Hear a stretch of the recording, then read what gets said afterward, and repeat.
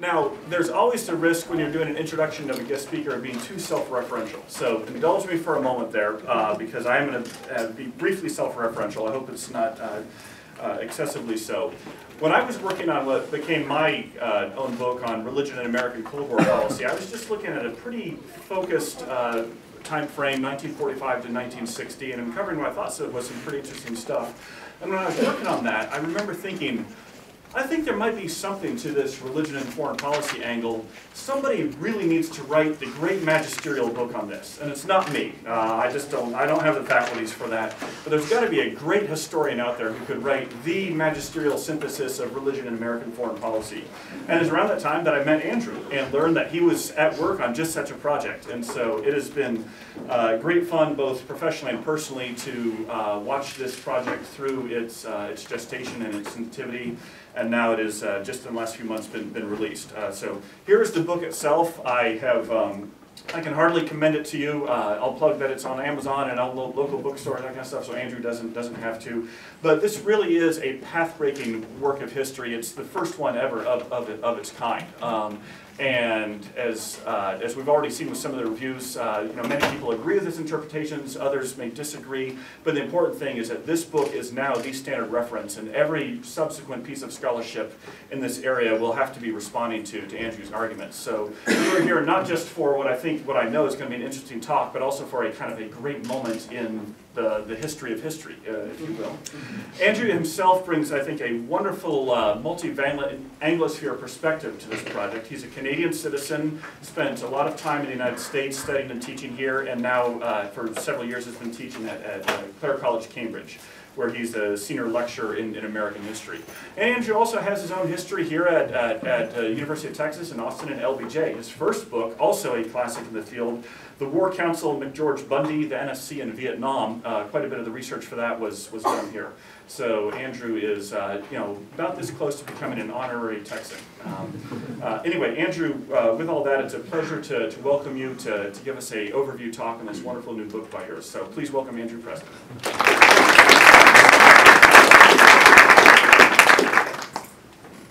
Thanks, Will. Thanks for that not overly generous, but welcome all the same introduction. I've spent a lot of time at UT and here in Austin, and I love coming back, so I'm really grateful to be back. So thanks for having me. As Will said, I spent a lot of time at the LBJ Library doing research on the Vietnam War.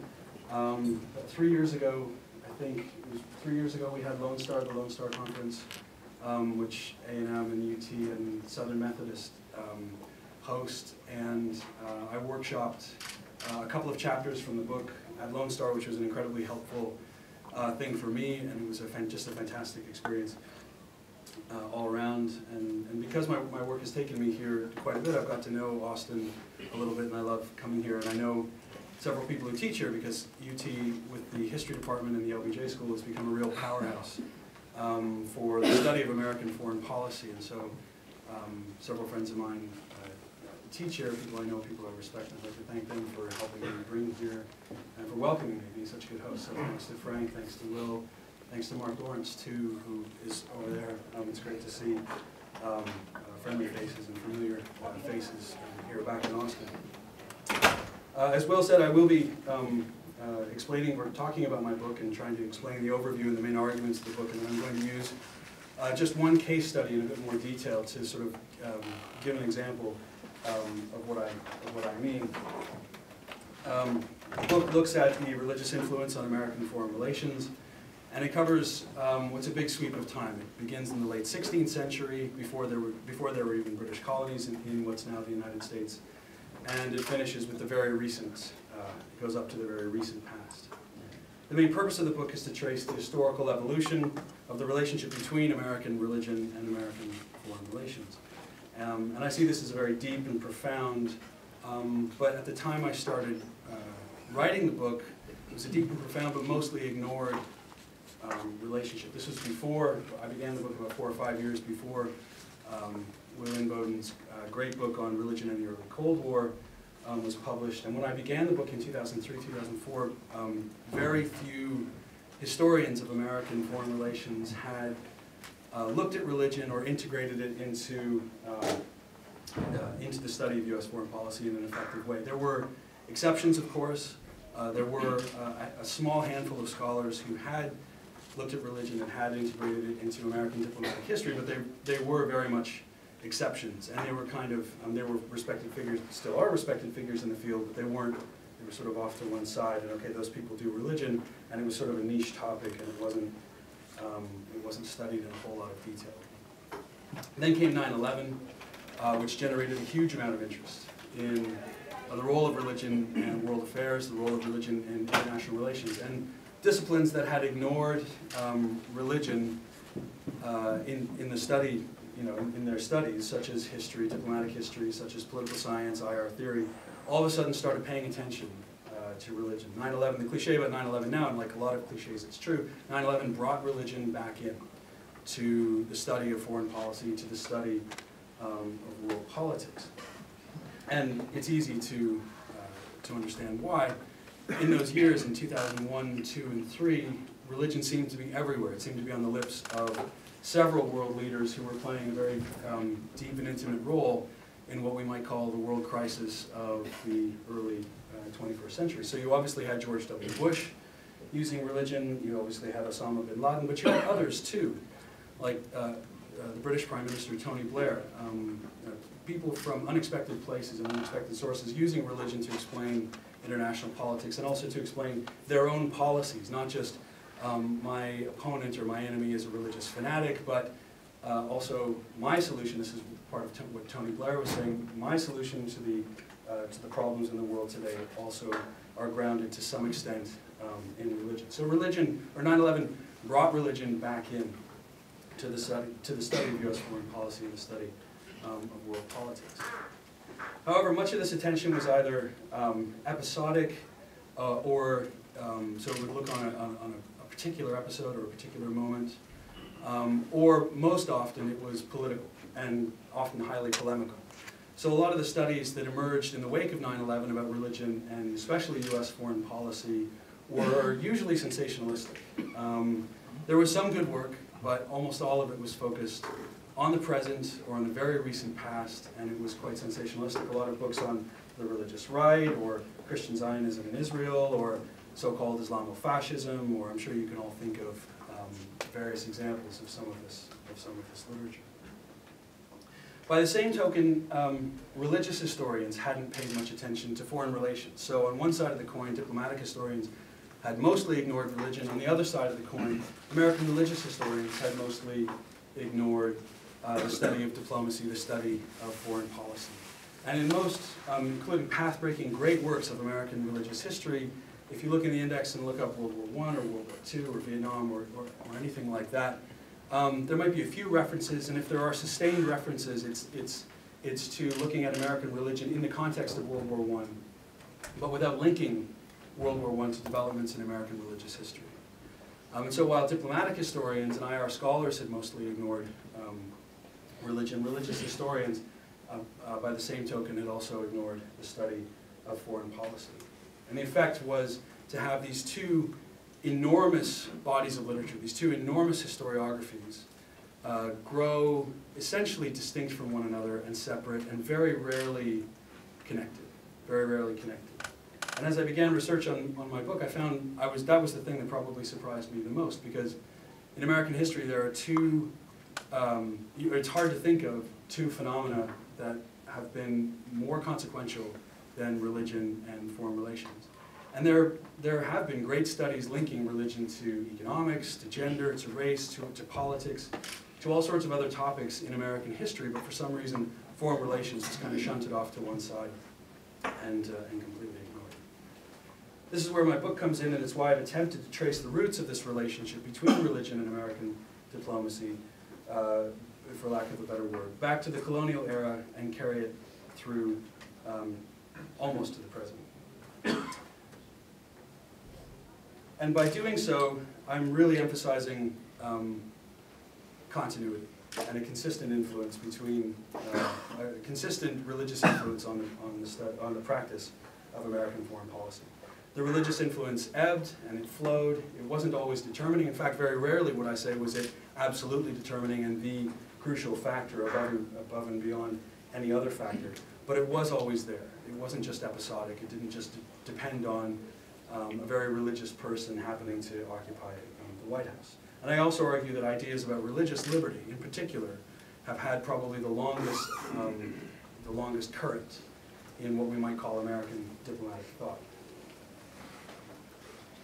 The first 5 chapters of the book deal with the period up to 1791, from English Protestant ideas in the 1580s about religion, security, and empire, to the First Amendment separation of church and state. And I try and link those ideas about liberty and empire and ideas about the separation of church and state to the practice of U.S. foreign policy. There are whole libraries, of course, dedicated to the First Amendment's free exercise and establishment clauses, and it wasn't my purpose to sort of to look at that debate in and of itself, but I wanted to link separationist ideas about church and state to the practice of American foreign policy. At the other end of the spectrum, the last chapter of the book deals with Ronald Reagan and the end of the Cold War, and the epilogue deals with George W. Bush and Barack Obama, fairly briefly, by placing them both in their very different ways, squarely within the history that I traced throughout the book, the previous sections of the book. And yes, I would say that Barack Obama does fit, and I do argue in the epilogue that Barack Obama does fit as comfortably in this tradition of religion in American foreign policy as George W. Bush did. Obviously, we're very different in their religious views. They're very different in their foreign policy records in many ways. It's similar in other ways, of course, as people now realize. But despite all their differences, both Obama and Bush squarely fit within a tradition of a religious influence on American foreign policy. By using such a large chronological sweep, I wanted to give a fuller account of the many diverse and contradictory ways in which religion helped shape America's role in the world. In fact, the central premise of my book is that while religion provided many Americans with a cultural and ideological lens through which to view the world, a mental map, if you will, there was no one single religious influence for many. And that through an endless series of arguments and debates about America's role in the world, these influences produced a synthesis that pushed U.S. foreign policy in a highly moralistic direction. One of the research questions I had in writing the book was, why is American foreign policy so unusually idealistic, moralistic, normative, and values-driven? And a large part of that, the answer to that question, I argue, is because of the unusually prevalent role that religion plays in American foreign policy, and has always played in American foreign policy. For this reason, the book is entitled Sword of the Spirit, Shield of Faith, which comes from the cobbling together of 2 phrases of Paul's epistle to the Ephesians, in the book of Ephesians, on how to be a proper Christian. This is where Paul was telling the early Christians what it meant to be a Christian, and what it took to be a Christian. And those 2 phrases, Sword of the Spirit and Shield of Faith, are not in the same verse in Ephesians. I've put them together in a way that Paul didn't, but they do capture my argument. I use these phrases not only because several American foreign policymakers themselves invoked them to explain their own foreign policy, among them Woodrow Wilson and John Foster Dulles, but because these 2 phrases, Sword of the Spirit, Shield of Faith, convey the book's core argument that the religious influence has made American foreign relations unusually moralistic, normative, and values-driven, both in terms of war, the Sword of the Spirit, and peace, the Shield of Faith. In terms of conservatism and liberalism, nationalism and internationalism, militarism and pacifism, exceptionalism, and cosmopolitanism. So the religious influence wasn't unidirectional, consensual, static, or monolithic. It wasn't, if we think of the caricatures of George W. Bush, it wasn't simply Bush backwards. It wasn't simply just applying exceptionalist or messianic or interventionist religious ideas and applying them to foreign policy. It's a much more interesting record, and I think the record on George W. Bush is also already much more interesting than those caricatures suggest, and will become more interesting as we get distance from his presidency. I have 2 main approaches in explaining how and why religion has influenced the conduct of American foreign relations. The first, for anybody who's studied American diplomatic history, is fairly obvious and fairly conventional, and that's taking a top-down or political diplomatic perspective, looking at the elites who made foreign policy, and especially seeing to what extent religion affected them personally. How religious were these individuals? What did they believe? We're going to come back to that problematic concept of what people believed or didn't believe in a second. But what they believed, what we know about their religious practices, and what we know about their religious beliefs, and then trying to sort of take that religious biography of an elite policymaker and then look at their foreign policy in that context. And too many historians have skipped over that very crucial aspect of elite foreign policymakers, have skipped over the extent, just how religious they were and the extent to which their religion actually influenced policy. The top-down approach is unavoidable if you're going to study American foreign policy, or any foreign policy for that matter, because if you're going to study foreign policy, to some extent, at some remove, you have to study the policymakers. So the top-down approach is conventional, but it's unavoidable. And even the best practitioners of diplomatic history's cultural turn in the last 20 years, to a great extent, still focus on foreign policymakers. And that's certainly an approach that I take in this book. The second approach is a more bottom-up or social or cultural approach.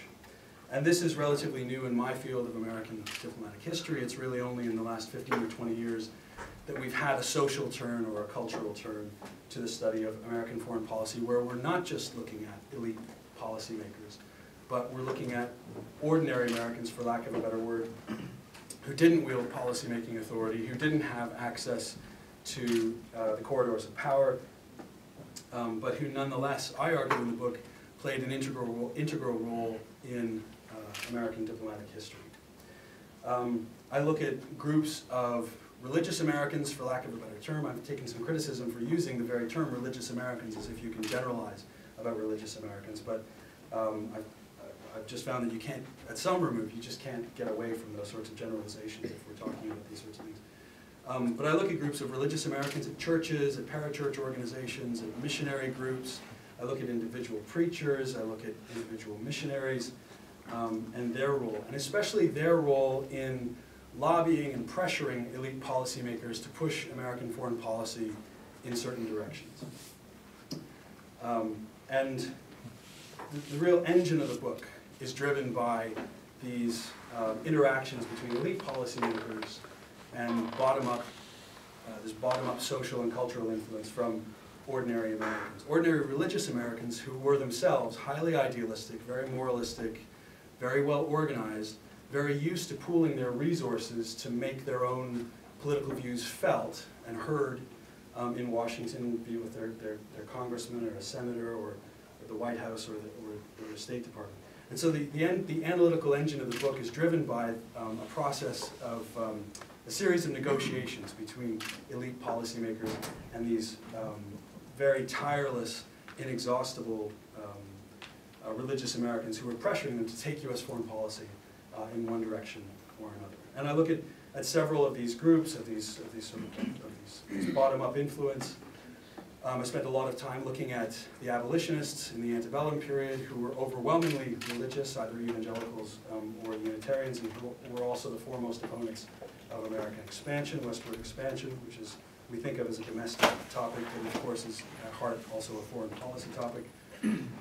I pay a great deal of attention looking at the ecumenical movement, the Protestant ecumenical movement in the late 19th and early 20th centuries, and I make the argument that they were not only the first cheerleaders, but among the first important architects of international organization, of what would become the League of Nations and what would become the United Nations. And one of the ironies here is that it was American ecumenical missionary groups who were some of the most fervent supporters and also some of the most an important source of ideas about the League of Nations and then about the United Nations.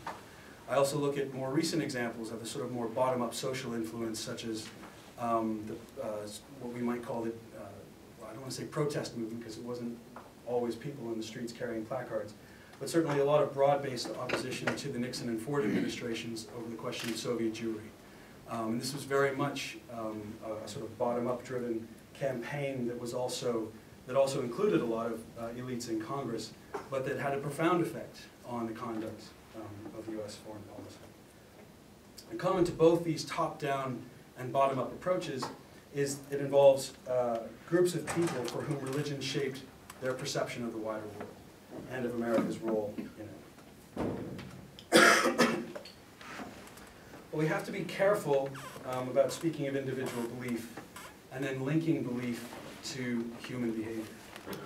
It's difficult, if not impossible, to speak with any certainty at all about what a person believes. There's no way I could, even if I knew everything about you, there's no way about any single person here in the audience, there's no way I could prove definitively what any one of you believes or doesn't believe, no matter what you say, no matter what you write down, because it involves access to an interior world that we can, of course, never have access to. There's no way of proving, one way or another, what somebody believed or didn't believe. And in religious studies departments and in sociology departments and anthropology departments, people who study religion are shying away from linking belief to behavior because it is impossible to demonstrate what somebody believed. In fact, it's just me using the word belief and saying what somebody believed or didn't believe is very much, it goes against the grain in most religious studies departments, certainly in the United States today. And I take all that on board, and I certainly acknowledge that I could never prove what any of you believe or don't believe, and certainly I couldn't prove what anyone believed or didn't believe 50 or 100 or 200 years ago. Instead, I argue that as historians, the best we can do is examine the manifestations of belief, both private and public, and to look for consistencies and regularities between private and public belief, between what we might call private belief and public behavior. Or not just to look for consistencies and regularities, but to look for inconsistencies and irregularities. In other words, did policymakers take religious ideas, observances, and other manifestations of faith seriously? Was their public use of religion consistent with their private faith? Did they make religion a central part of their life? Was it part of their policymaking? This is what Jose Casanova, a sociologist at Georgetown, calls the discursive reality. He says, let's not get caught up with proving what somebody believed or not. Let's just look at what they said and what they did, and then measure those what we might call or what I call manifestations of belief. And by doing so, the answers we arrive, or at least the answers I arrived at, are often surprising. For example, I argue that the foreign policies of some of the most personally devout presidents, such as Jimmy Carter, were not as religiously motivated as we might assume, and I have a very, very brief section on Jimmy Carter. Then there are those like Woodrow Wilson or John Foster Dulles or Ronald Reagan, who were clearly religious and whose religion clearly influenced their worldview, but in ways historians have not fully appreciated. I think historians have more or less got Woodrow Wilson right, and I think I contribute to that discussion on the margins in some ways. But I think historians have misunderstood, especially John Foster Dulles, but also others like Ronald Reagan. Other figures, such as Richard Nixon, professed a great religiosity, while almost entirely ignoring it in the making of their foreign policy. And here, I argue that the inconsistencies were telling and revealing. While others who are not normally thought of as particularly religious, such as Abraham Lincoln, Franklin Roosevelt, or George Kennan, did regularly turn to religion, and they did turn to religion in framing and articulating, and also, I argued, actually devising their foreign policies. So if you read anything on, not anything, there are some exceptions, but most books on Franklin Roosevelt say that he wasn't a religious man at all, and that it was purely cultural for him, despite Roosevelt himself, when he was asked to define his ideology, FDR told a reporter, "I'm a Christian and a Democrat," and that's it. And it wasn't incidental that he put Christian first. So in this sense, my book is an exercise in historical recovery. Revisionism, yes, but I think a more appropriate word is recovery, for I've come to believe that we've misunderstood the religious backgrounds of key figures, and therefore misunderstood key figures themselves. And the reason historians have misunderstood the religion of these key figures, and they've misunderstood these key figures themselves, is because they haven't taken their religion seriously. There's a kind of condescension among a lot of scholars to the religious views of people of the past, let alone people of the present. Right now, I'd like to take a little more time to examine one of my examples, one of my case studies, in a little more depth to show you what I mean, and that's the case of William McKinley. McKinley, of course, was president from 1897 until his assassination in 1901. He was a Republican president, and he was known at the time, and has certainly gone down quite rightly in the historiography, as a gold standard Republican, a sound money Republican, a friend of big business, and so on and so forth. He was also president during the Spanish-American War in 1898, and he was president when he was the president to be confronted with the Philippine question, what to do with the Philippines. The Philippines in 1898 was a kind of sideshow in the Spanish-American War. It was a theater in the Spanish-American War, which was mainly fought over and in Cuba and also Puerto Rico, but it was very much a Caribbean war. But part of the American strategy was to knock out the Spanish fleet that was based in Manila, not necessarily to take the Philippines, although there were some Americans who had that goal in mind, but really to hit the Spanish as hard as possible and to end the war as quickly as possible, and certainly to prevent the Spanish from sailing.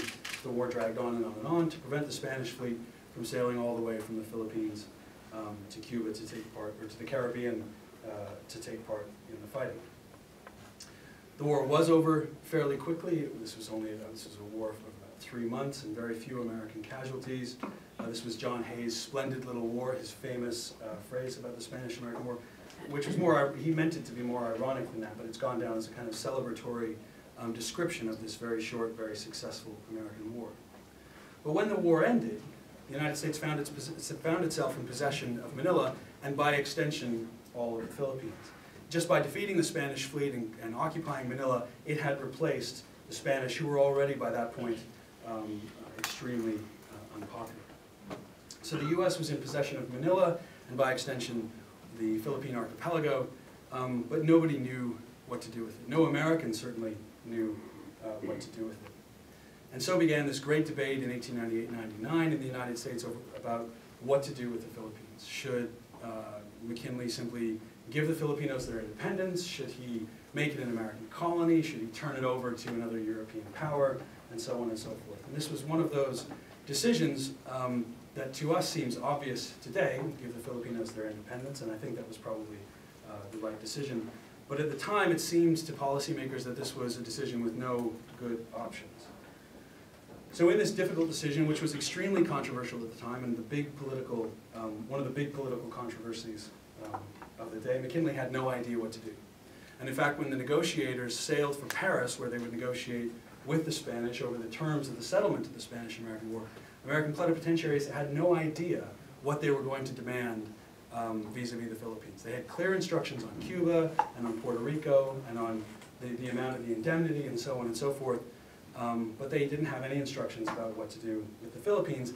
And in this vacuum of any kind of decision, a national debate really built up and really raged that was as controversial as anything we've ever seen in American diplomatic history. McKinley eventually did decide to colonize the Philippines, or to use the euphemism of the day, to annex the Philippines, but to make the Philippines clearly an American colony. And he infamously, and I say infamously because it has been infamous in the historiography, he infamously explained his decision to annex the Philippines as a divine inspiration. In a meeting with missionary leaders from the Methodist Church, which was his own denomination, he said, quote, "I walked the floor of the White House night after night until midnight, and I am not ashamed to tell you, gentlemen, that I went down on my knees and prayed Almighty God for light and guidance more than one night. And one night late, it came to me this way. I don't know how it was, but it came.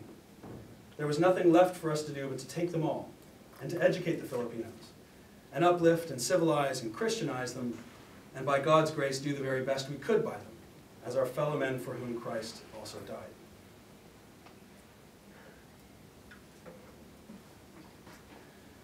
Well, ever since then, historians haven't really treated McKinley very kindly for that quotation. In 1973, in a major article entitled "Imperialism and Sincerity," a distinguished historian of American foreign relations and international relations took McKinley to task for being, well, insincere.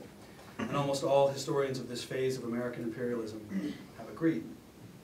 According to this view, McKinley wasn't motivated or even informed by religion, but by other factors, be they strategic, political, diplomatic, or economic. In this view, religion wasn't Marx's false consciousness so much as a cynical cloaking device to justify a decision taken for other reasons, be they strategic, political, diplomatic, or economic. And those are all certainly important factors. I would never I would never want anyone to take away from any episode of my book that religion was the only factor, or in most cases even the sole factor or the determining factor, but it certainly was a very important factor oftentimes in the mix. And in McKinley's decision to take the Philippines, all of those considerations, strategic, political, economic, and so on and so forth, were important. But I argue religion was also important, and I argue that historians have missed this importance of McKinley's religion, and have derided that famous story about him getting on his knees and praying to God, because they haven't considered McKinley's religious biography. And when we look at McKinley's religion, what we know about McKinley's religion, what he himself did and what he himself said and wrote and where he put his energies, it's easy to see how religion could have informed his decision to take the Philippines. He was raised in an evangelical Methodist household in Antebellum, Ohio. He had an intensely devout Methodist mother to whom he was extremely close. And later in life he said that his favorite memory from childhood was of listening to Methodist circuit riders come into town, give their sermon, and then leave, and everyone would talk about them. Like many evangelicals, benevolent reform, and not the pro-business policies he would later adopt, brought him to the Republican Party. The Republican Party was founded as a kind of, in some senses, as a way to coalesce a lot of these reform movements, be they about post office reform or prison reform, or of course about abolition, or free soil and other milder forms of anti-slavery. As a student, young McKinley was president of the YMCA in Canton, Ohio, at a time when the C in the YMCA meant everything. Now it means more or less nothing, I would say. But when it meant everything, and when the YMCA was an evangelical missionary organization. He fought in the Civil War, including at Antietam, and regularly attended soldiers' prayer meetings and participated in camp revivals. And he supported emancipation at a time, as I said earlier, he supported emancipation at a time when, in 1860, 61, 62, when usually the only people supporting abolition or emancipation were faith-based, to use a current term. They were evangelical abolitionists, or they were Unitarians, different theological bedfellows to be sure, but they came at it from a moralistic, a moral point of view that was informed by their faith. That slavery was wrong, it was a sin, which is very different from free soil ideology, which I don't see has any kind of religious component or basis to it. The free soil ideology criticized slavery very fiercely, but not because it was wrong for what it did to blacks, but for what it was doing to the country and what it was doing to the American Republic. McKinley favored radical Reconstruction after the war and was bitterly critical of the South's treatment of freed slaves. Also after the war, he and his wife Ida were leaders in the temperance movement in Ohio, again, an intensely evangelical reform movement. As a lawyer, McKinley represented miners' unions, and as a congressman, he voted in favor of the Bland Free Coinage Bill and the Sherman Silver Purchase Bill. So this is gold standard McKinley, sound money McKinley, voting in favor of silver measures in the 1870s and 80s. And as a congressman, he denounced Jim Crow as it was beginning to take root in the 1880s through the South. He continued his support of radical positions during Reconstruction into the 1880s, when a lot of Northern Republicans had started abandoning those positions.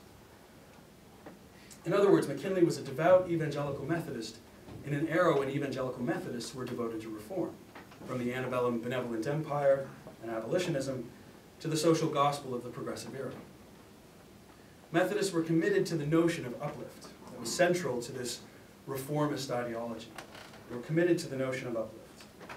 Often paternalistic, at times racist ideas about uplift, to be sure, but uplift nonetheless, which when combined with faith-based ideas about America's virtue and manifest destiny, in which McKinley very much believed, and Methodists were probably the most ardent believers in those ideas through the 1850s, 60s, 70s to the end of the century. When combined with these ideas about America's virtue and manifest destiny, was a tailor-made ideology for imperialism. McKinley wanted to be a Republican president, and so by the 1890s, this meant moving to the right on race and economics. And we can see McKinley, when he begins running for national office, very quickly abandoning his support for miners' unions and for silver, and so on and so forth. And we also see him abandoning his earlier radical views from Reconstruction and his denunciation of Jim Crow, and he turned a blind eye by the 1890s to the establishment of Jim Crow throughout the South. But in foreign affairs, he could still practice a form of progressive faith-based social control. So when McKinley got down on his knees and prayed for guidance about the Philippines, was he being insincere? Well, I can't prove one way or the other, but I would say hardly. He often got down on his knees and prayed to God for guidance. This was who McKinley was. Indeed, it would have been odd had he not got down on his knees and prayed to God for guidance.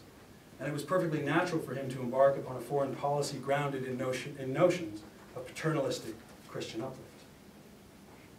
I then argue in my book, that this helps us account for the phenomenon of progressive imperialism. It's not a term that I came up with, but I think it's something that most historians haven't really tapped into, this notion of progressive imperialism, which had its origins in these Christian notions of uplift and civilization.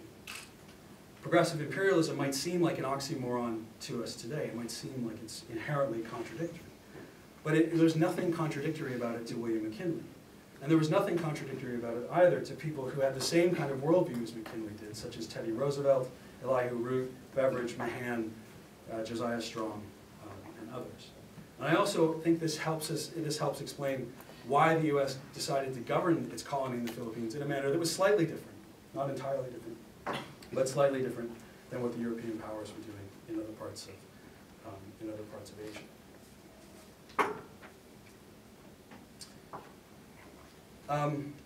Let me sum up with a few general remarks, and then we'll have some time for questions and answers, and I'd be happy to answer questions about not just about McKinley, but about a lot of other episodes I didn't have time to trace in any detail. Religion doesn't explain everything in the history of American foreign relations. It may not even explain most things. Many episodes in American diplomatic history, even very broadly defined, have little to do with religion. Religion didn't necessarily trump the national interest. I don't think we'll ever find instances where a policymaker said, I'm doing this because of my faith, even though it's bad for the country. But I think that misses the point. That's not where to look for the religious influence. Instead, I argue that religion helps frame the context and the worldview in which individuals' decisions are made. It helps frame the context in which the national interest is perceived. Religion doesn't replace, by looking at religion in this way, we see that it was much more of a factor than we've realized or acknowledged in any number of episodes in American foreign relations history. It doesn't replace what we know, but I argue that it enhances it. In this sense, religion provides missing pieces of a puzzle. We generally know what the puzzle already looks like, but we're still missing clarity, or we're still missing the full picture in certain ways. And by looking for these missing pieces, these missing religious pieces, we can get a better sense of what the puzzle of American foreign relations actually looks like. Thank you.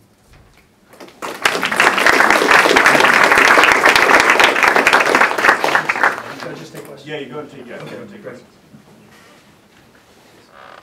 Yeah, I wanted to start with a question, sort of a contemporary one. It has to do with the word evil, which most of us don't use in our ordinary vocabulary, but figured prominently in the language of Ronald Reagan, especially George W. Bush.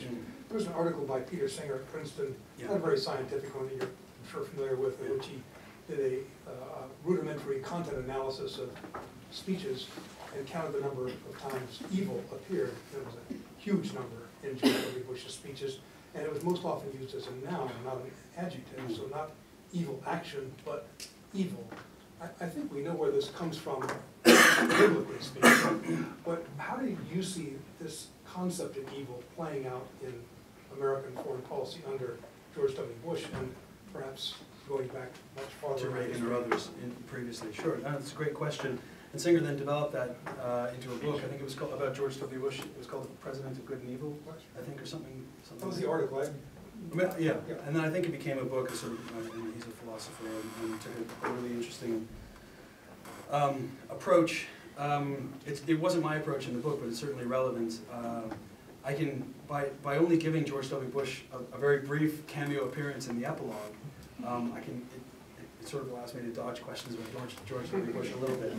I'll try not to dodge it here, but I might dodge it a little bit.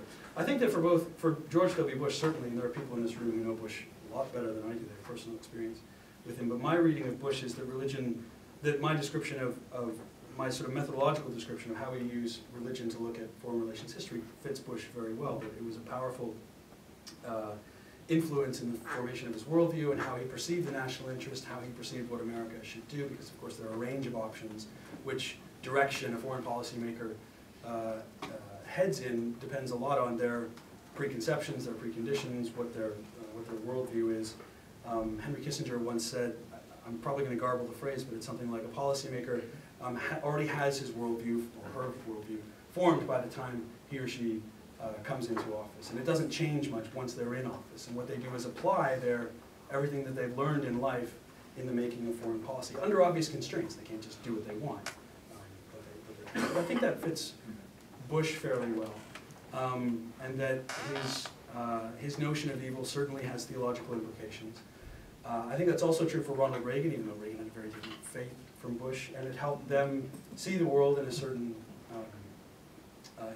way, and it helped them make certain foreign policy decisions. It wasn't the only thing, and I don't think a lot of these caricatures of Bush being a sort of a captive of the religious right, or a sort of an advance agent for the religious right, or something like that, just totally missed the mark. But I think certainly his use of evil had a lot to do with his own.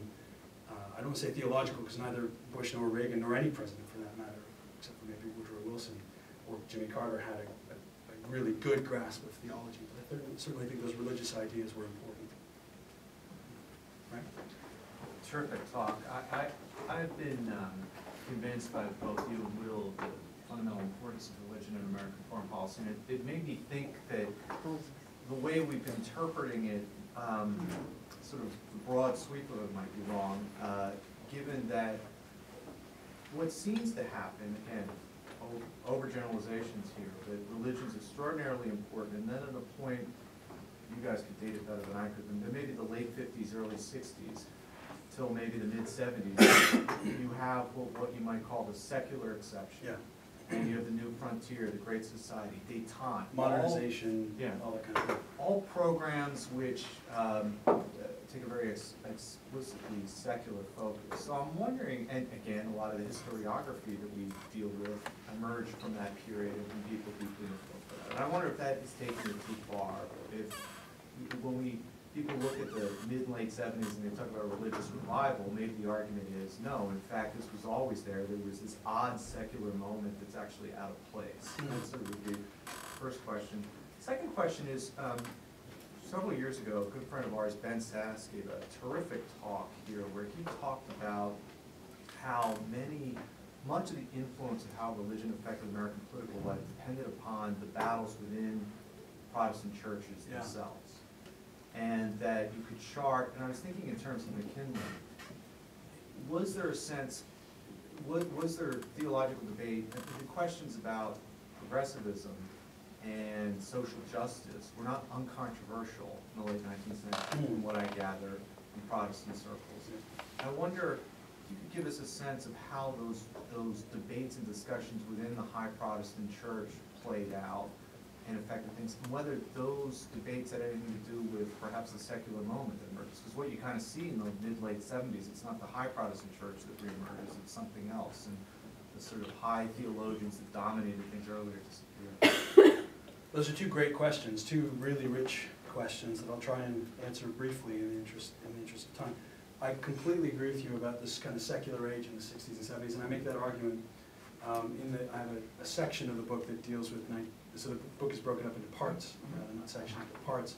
And I have a part that deals with that sort of high Cold War period from Kennedy to, well, it's the last part of the book and it ends with Ronald Reagan, but I argue that that period between 1961 and 81 is a kind of secularization of American foreign policy. Following on the heels of three of the presidents who did the most to bring religion into foreign policy: Franklin Roosevelt, Harry Truman, and Dwight Eisenhower. Partly that had to do with a lot of the things you just mentioned. This is the era of high modernism, not just in the United States, but across the world, the big statist solutions to society's problems. This was, in 1960, Daniel Bell, in his book, The End of Ideology, predicted the end of American evangelicalism, and said it's a sort of primeval, primordial force, and it's on the way out, and he called it schizoid or peculiar, and it's emotional, and it has no place in modern society. This is in 1960, right on the cusp of the rise of what we would later call the religious right. So a lot of people missed it. This is the era of modernization theory. It's also, you know, Kennedy in 1960 was, of course, the first Catholic president, and there was this big fear that he would be a Catholic president, that he would have dual loyalties, and if those loyalties clashed, that he would follow the Vatican rather than the American national interest. I mean, a lot of civil rights leaders, Protestant civil rights leaders, blacks fighting prejudice, said they wouldn't vote for Kennedy because he was a Catholic. So just, I mean, anything that Romney has faced in 2012 or 2008 about his Mormonism is nothing compared to what Kennedy faced in 1960 about his Catholicism. So Kennedy and people in the, in the administration, anytime religion would rear its head, Kennedy wanted no part. It was just too hot for him to touch. So when the Peace Corps is set up, the question then arises, what does the Peace Corps do about American missionaries who have the most extensive experience with development and overseas and with living with people overseas? They want to keep mission boards and missionary groups as far away as possible. They have to deal with them at some point. Catholic Relief Services, no way. We're going to, you know, you can do your work and we'll cooperate with you when we can, but we're not going to have very intimate relations. And this really is a part of the 60s and 70s, and so it's partly because of the context, but it's also partly because of the individuals, and I couldn't agree with you more. And then I argue that that blind spot sort of, well, it blinded administrations like the Kennedy administration to developments in world politics. So with the rise of religion, with militant Islam, not just Kennedy obviously, but right through to the 70s, it blinded Kennedy, Nixon, Carter, whoever, to the rise of militant Islam, to Buddhist politics in South Vietnam. I have a quote where this broad-based Buddhist protest movement erupts in May 1963, and it's totally undermining all of U.S. policy in South Vietnam. Kennedy turns to me and says, "Who are these people?" And it's like, well, they're 90% of the population. They're the biggest group in South Vietnam, and they're very important. They had no idea who these people were. Anyway, I could talk more about secularization theory because it's a theme in the book, and I'd love to, but I think I should move on to the other. But you can follow up if there's something else that I'm not answering. In the 19th century, 20th century, absolutely, there were intensely controversial splits between who were called modernists or liberals and fundamentalists or conservatives over the extent to which the church should be an agent of social reform, of progressive reform. Should it get involved in politics?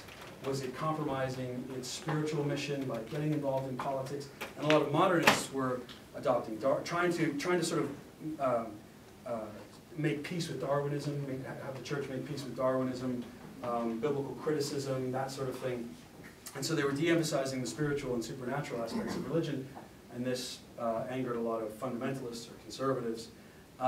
Interestingly, we see this also in religious foreign policy debates at the time, where fundamentalists were very opposed to missionaries doing what we might call development work today. So they were very opposed to building schools or to help with irrigation ditches and that sort of thing. They just wanted to focus on spreading the gospel. And fundamentalist groups then went on to oppose the League of Nations, the United Nations later on, even as they came to support a quite robust U.S. foreign policy. So we see these splits and these sort of intra-church political splits also spill over into foreign policy as well. Yes, in the back. You talked about bringing two historiographies together, the historiography of diplomacy and the historiography of American religion. Can you say a little bit about that historiography of American religion and kind of what you took from that and maybe what you left behind? Because that's a very contested historiography with lots of different narratives. Oh yeah, that's the thing. I mean, I realized that I just thought, oh, I'll just dip in and see what I can learn here. And of course, you're wading in on every topic. You're wading into really intense debates. What did I take from it? And also religious studies and religious theory and that sort of thing. And I'm not sure we could, I mean, there are general trends in American, in the historiography of American religion and big sort of overviews and surveys and that sort of thing. It's like any kind of historiography that covers all of American history. It's very particularistic, and there are very intense debates over particular questions. And I mean, I'm originally a diplomatic historian. My purpose was to look at religion's influence on American foreign policy. So most of my historiographical interventions are within the history of American foreign relations, as opposed to American religious history. I hope religious historians can learn from some things from the book as well. And I tried to be as sensitive as possible to historiographical debates within American religion, and as well as debates about theory and method in religious studies departments, which I found really frustrating because, as I was like I said in my talk, most American religious historians sort of sidestep those debates too. Like, can we define religion?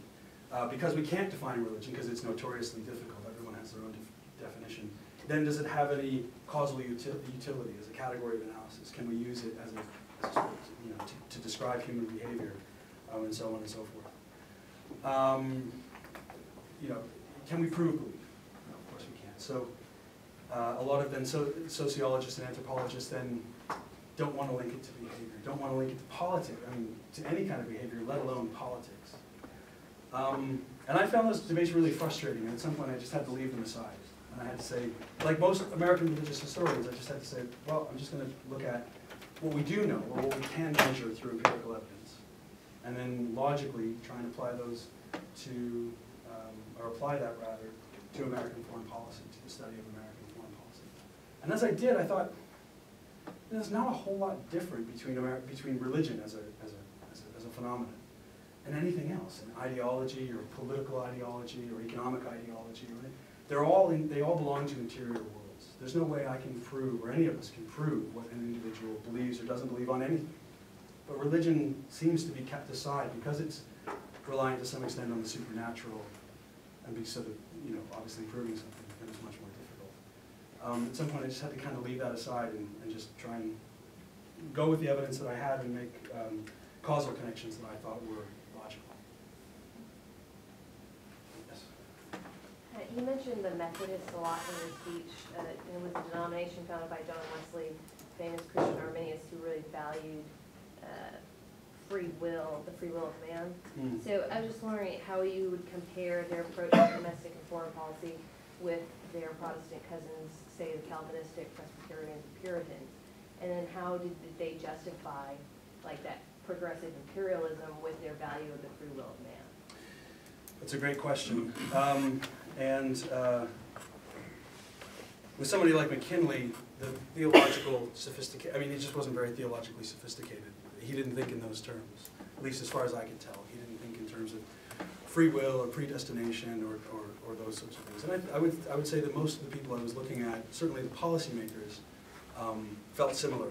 They had a core set of ideas that a lot of other Methodists or a lot of other Presbyterians would share about predestination, about free will, about American destiny, about America's place in religious history, and America's place in world history, and would apply those ideas. And it's really tough to find a lot of theological consistency when you look at people who aren't theologians or who are very, as far as I can tell, McKinley was a very religious person, but as I said, wasn't particularly theologically informed. Methodists have been a hugely influential denomination in American political history and in American religious history as well, and certainly in the history of foreign relations. I was surprised, and I don't say why in the book, and maybe I should have, but I was surprised that most of the policymakers who I looked at were Presbyterians.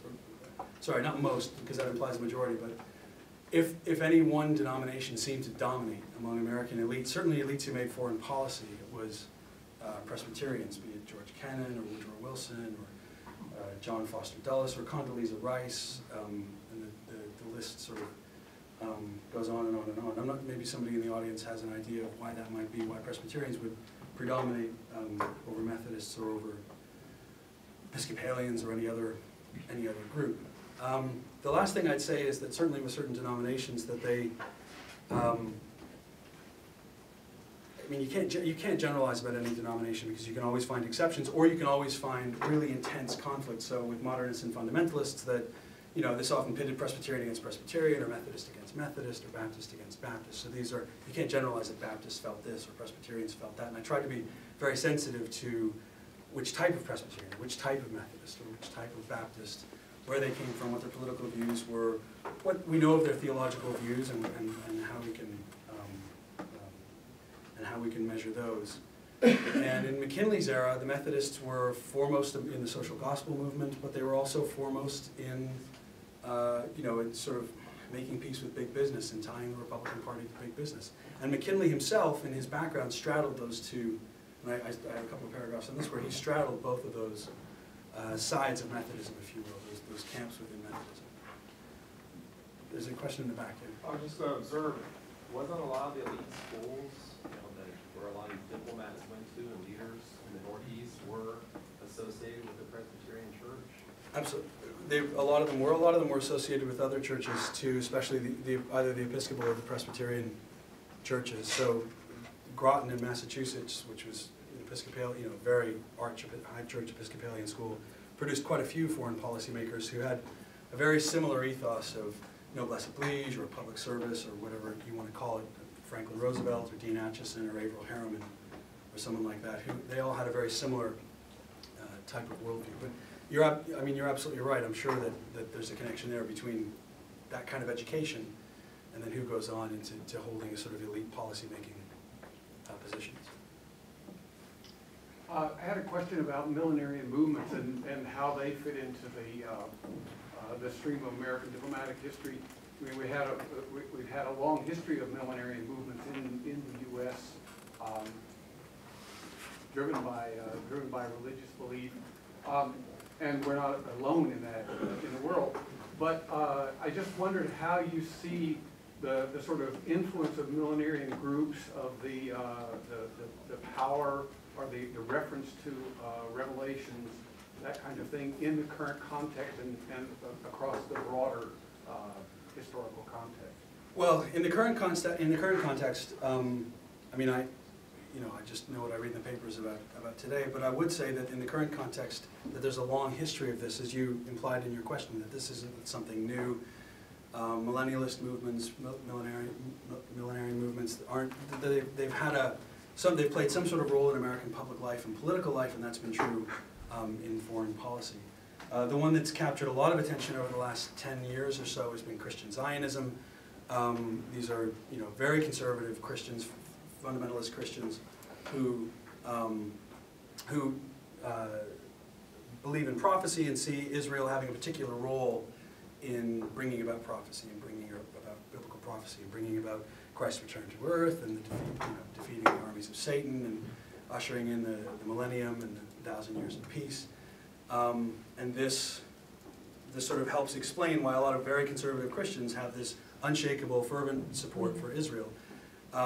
Which is certainly a phenomenon. It got a lot of play over the last 10 years because, again, the Bush administration was supposed to be captive to Christian Zionists, that they were just following a Christian Zionist lead, and this helped explain Bush's support for Israel, his sort of very fervent support for Israel, which I think carries it too far, and I try not to make those kinds of connections in the book. But Christian Zionism isn't a new phenomenon. It's not something from the last 10 or 15 years.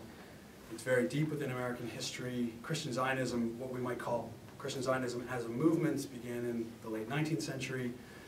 Christian Zionists, that were what we might call Christian Zionist ideas, are an identification, a cultural identification, as well as religious identification with the idea of Israel, the concept of Israel, long before the nation-state of Israel in 1948, goes back to the 17th century, when a group like the Puritans had been persecuted in England as Jews under anti-Jewish laws because of their belief in the Old Testament and wanting to bring a lot of Old Testament views back into English society. They founded a new Jerusalem, a new Israel, that sort of thing. So this very deep cultural as well as religious identification with Israel goes back a long time. Other millennialist movements or millenarian movements have had a, I wouldn't say decisive, but it's certainly a large voice in foreign policy debates in the United States. So I mentioned earlier, talking about fundamentalists in response to Frank's question, how that they were some of the staunchest opponents of the League of Nations, and that they sort of would refuse to make any peace with the idea of a League of Nations. We see this later with their opposition to the UN that carried forth through the 20th century, and with any kind of big statist organization, any kind of big concentration of secular power. Millennialists feared this because, again, partly because of its place in biblical prophecy.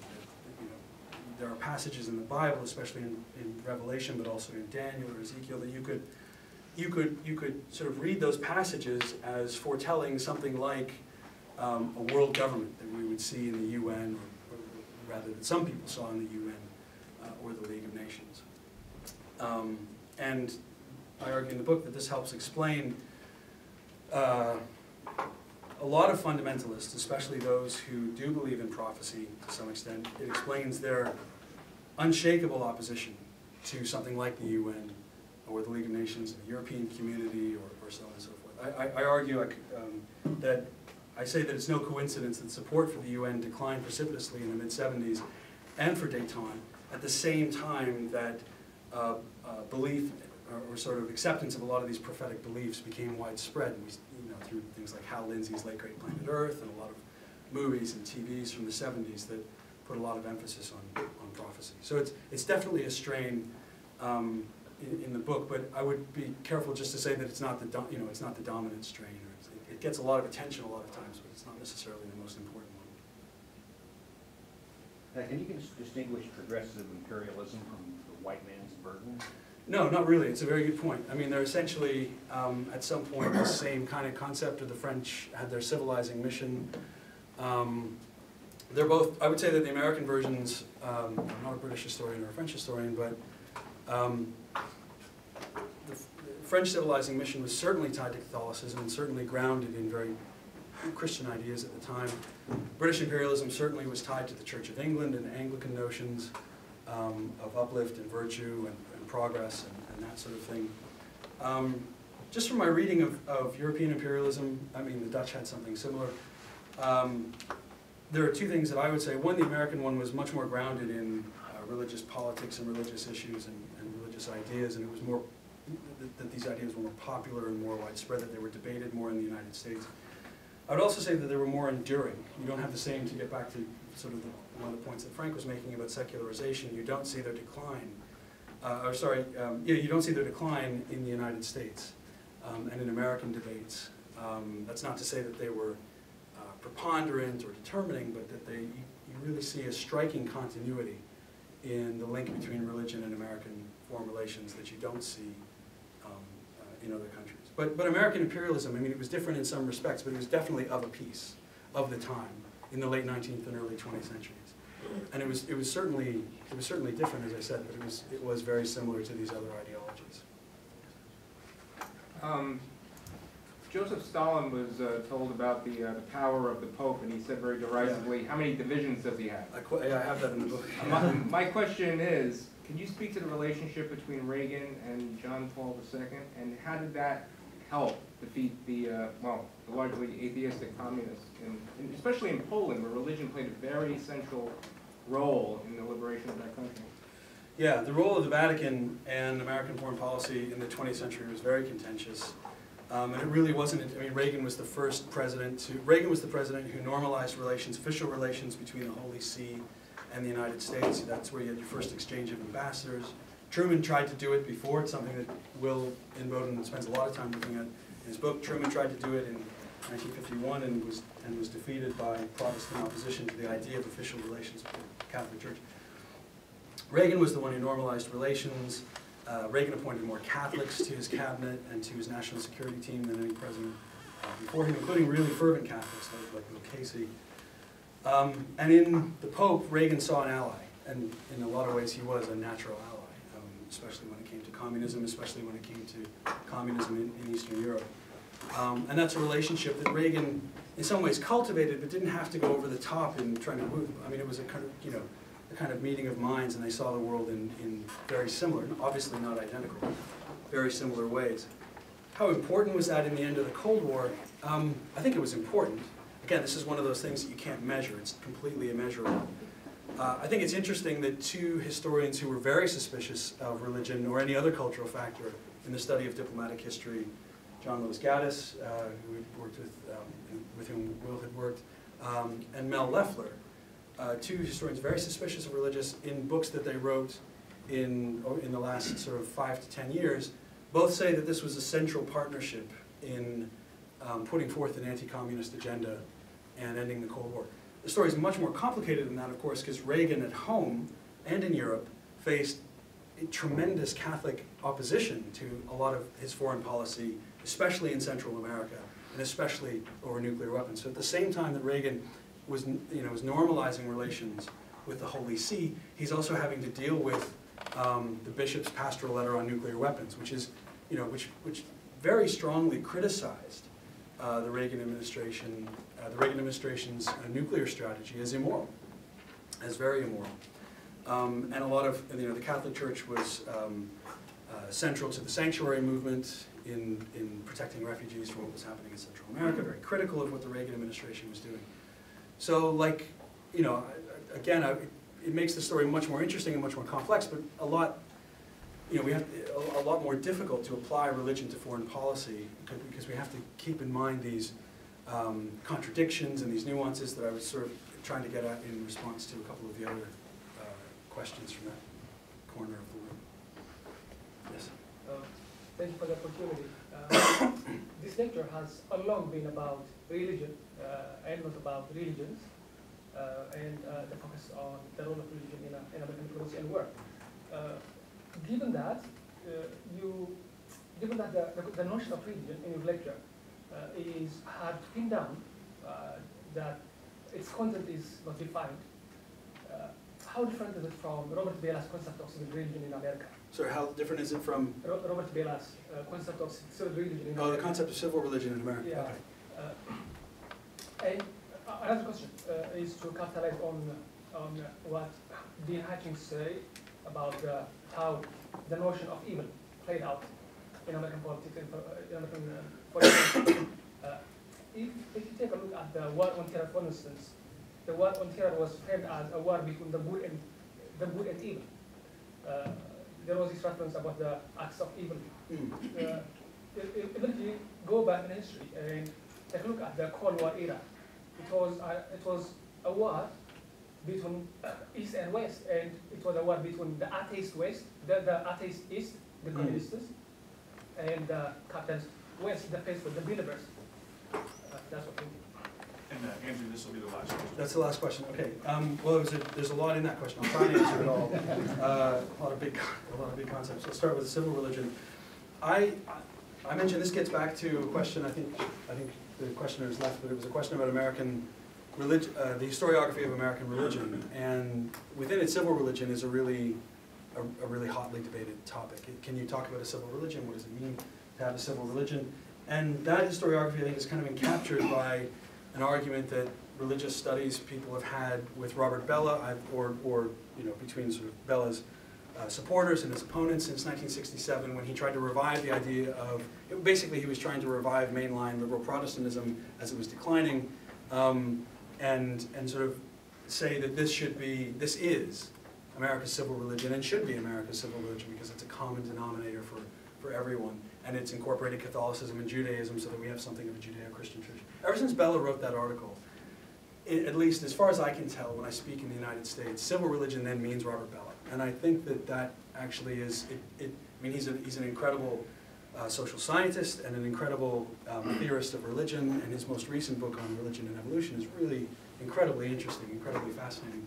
But the concept of civil religion, it's much larger and it's than the United States. It doesn't just apply to the United States. And you can use it in a more neutral term. And so I used it in the book, and I've taken quite a bit of criticism from religious studies people for using it simply as a way of thinking about links between religion and nationalism, or religion and patriotism. And that's all I meant. And that the idea of a civil religion, which was sometimes kind of, there are a lot of exceptions, but the idea of America's civil religion is one that's inclusive, as one that's based on pluralism and toleration.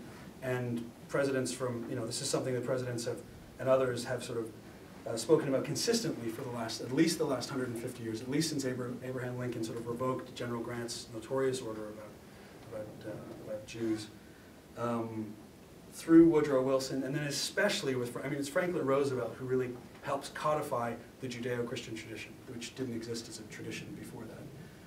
And then that's built up by Harry Truman and Dwight Eisenhower, and it's carried through, and that's the kind of tradition that Robert Bella taps into. But he does so in a normative way, and I'm trying to use it in a more neutral term. I'm trying to use it in a more neutral way as an explanatory device, as a kind of heuristic tool to look at religion, and then to look at religion's influence in American public life, especially on foreign policy. So I think it's a very useful concept, and I think we can. And then following Bella, there were people like David Tracy and Martin Marty, who talked about civil religions or public theologies, and they did so in this kind of political normative way. That again, people in other countries talk about civil religions. It's not just a kind of American concept. There was a lot more to your question. I'm not sure I have time to sort of. I don't think I do, given the signals I'm getting over here, to sort of break down everything in the question. The last thing, and it links us back to the first question about Peter Singer and the President of Good and Evil.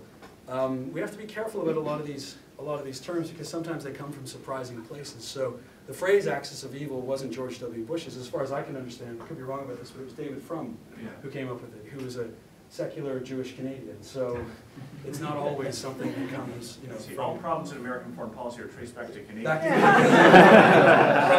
Probably that might be true. Probably that might be true. Anyway, thanks for the question. Okay. All right, well, everyone, please join me in thanking Andrew.